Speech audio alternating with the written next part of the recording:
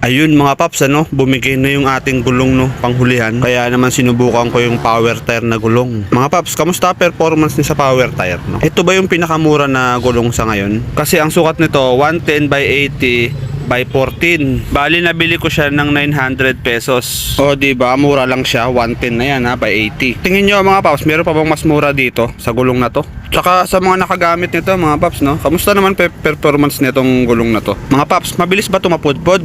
O madulas ba to? O makapit? Sa tingin nyo mga paps, sino na nakapag-try dyan? Kasi ito para sa ito ang pinakamura sa napagtanungan ko Ko sa binilihan ko, alin yung pinakamura nyo? Ito daw power tire. Sakto yung sukat niya 110 by 80. Yan kasi yung sukat ng Honda Click na stock na gulong. Kaya yun lang din yung stock na sukat ng ibabalik ko. Tsaka maganda kasi para sa akin yung yung 110 by 80. Hindi naman ako mabilis ng patakbo Sakto lang naman yun nga lang yung hinahabol ko dito kung makapit nga ba siya o hindi. Sa tingin nyo mga paps, sa mga nakapag-try na,